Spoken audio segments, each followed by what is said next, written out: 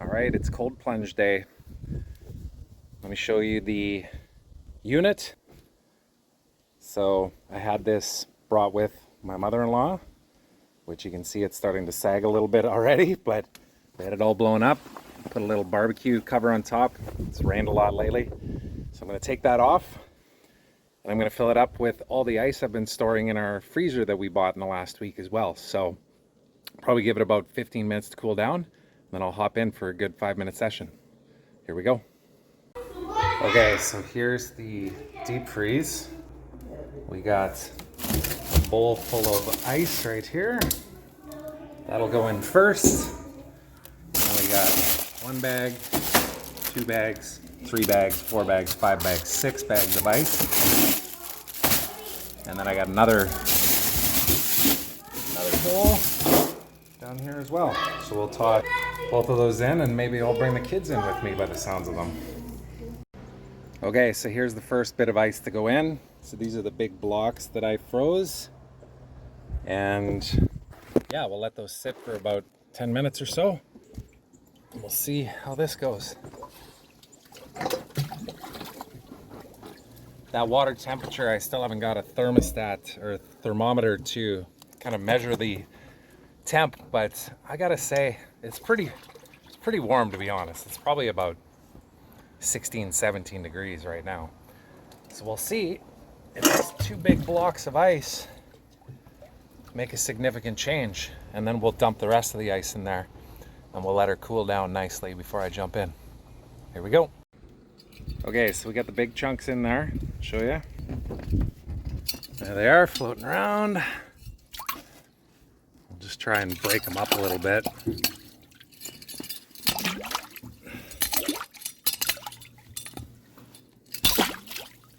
Holy cow, that thing is hard. Oh, that is not going to break up. I might just have to leave this for a little bit.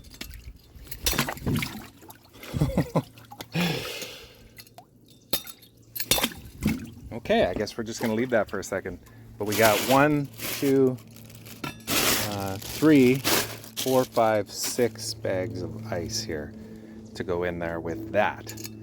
So we'll just stir up the soup a little bit here. Get that water moving. I think that's the key. Oh, it's definitely dropping the temperature already just with those guys in there. But probably give this about 10 minutes before I jump in. Okay, I'm gonna dump some of this ice in here. Definitely dropping the temperature now. 1.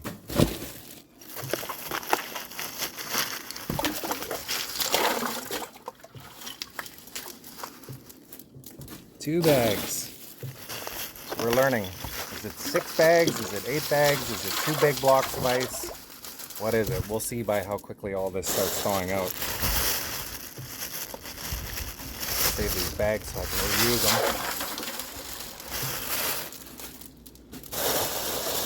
them. Ooh, she's crackling like a fire in here.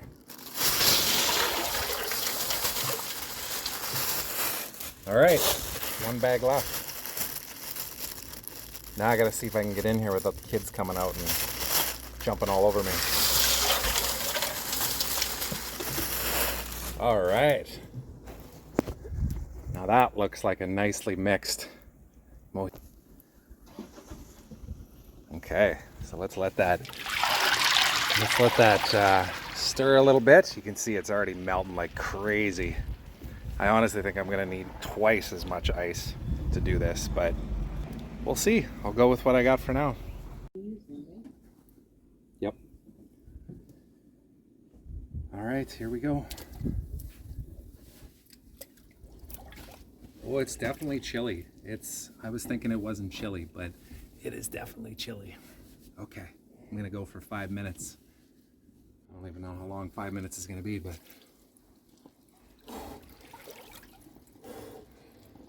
Okay.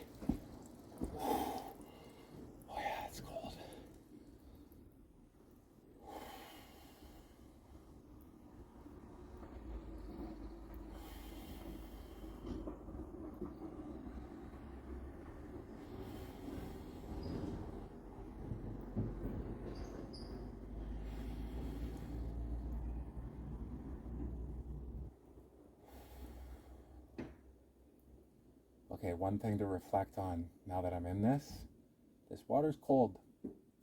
It's not like freezing cold. It's probably at, I'd say, 8 degrees if I was to guess. But the water's definitely a little bit kind of dirty and slimy. And that's because I left this filled for the last week and a half or so, just covered up. And I guess, obviously, as the water sits, it starts to get kind of slimy, right? So I think what I'll do is I'll drain it every single time. There's a little plug on the bottom here where I can just drain it off the deck. And then the other thing that I noticed is that the starting temperature on the water was much warmer than it comes out of the tap. Now, when it comes out of the tap, which is actually right here, which is super handy. I'm gonna get a little deeper. When it comes out of the tap, I don't even know what the temperature is, but it's definitely cooler than this. So if I start from 0, meaning I drain this thing and then I wipe it down and clean it and then cover it up and leave it, and then when I'm ready to use it, I just fill it up, knowing that it'll take probably it's at least 20 to 30 minutes just to fill it up with all the water. And then I put the ice in, even the same amount that I had today, because you can see like there's still chunks here that are pretty big that are still cooling this water. So it's not that warm that it's melting it instantly. That I think I'll be able to get down to that temperature of like even 3 degrees would be nice, you know? It'd be nice to get it hovering around 0, but 3, 4, 5 degrees even will mimic what we were typically doing in the river back home in West Kelowna in Canada. So, all right, that's my thoughts. Now I'm just gonna sit with this here for a couple of minutes in silence and just enjoy nature and these clouds that are floating above me.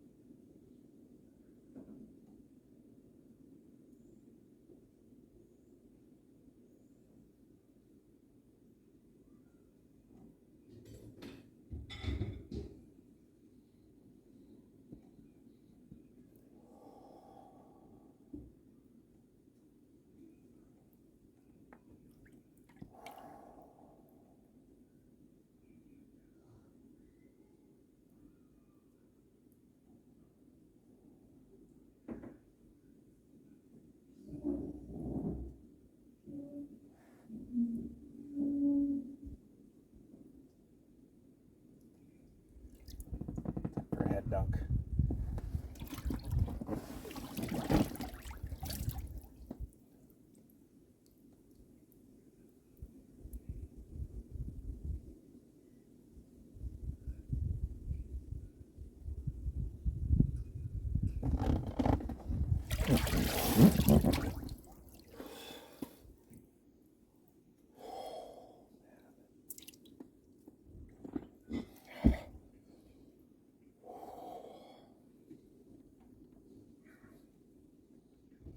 That'll wake you up. Stayed under for a few seconds because that's one of the things that I'm practicing even in the pool with the kids is just taking quick, short breaths and then going under the water and being as still and calm as I possibly can, knowing that I need to reserve my energy, knowing that that mimics what it's like when you get tossed by a big wave in the ocean, because 99% of the time you don't have time to go and then hold your breath, right? It's mostly like you're scrambling, you're out of breath, you're trying to catch a wave, all of a sudden you're like, oh shit, this thing's gonna hammer me, and then you're under the water. So it's training me to realize that even when I don't have a lot of air in my lungs, that I can still remain calm and hold my breath and know that I will always come back up to the surface. And then also the next part of the training is to pop up and then take that next deep breath, knowing that the next wave is probably coming.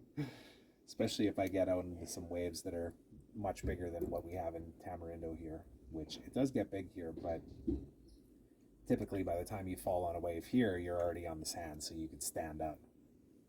Not the case when we're out at Playa Grande, for example. This feels good still. As I get the water moving more, it gets colder because it's cold at the surface where all this ice is. You can see it's almost melted now. But yeah, it just feels good. That sharpness, the cold on the skin.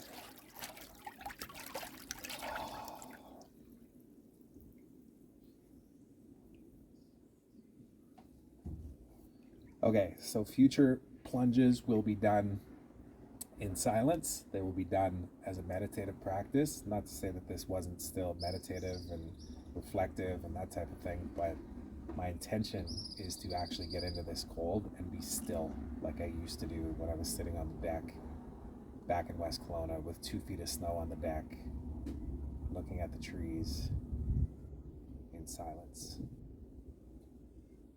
But for now, I will reflect on one more thing, not two more things, one more thing.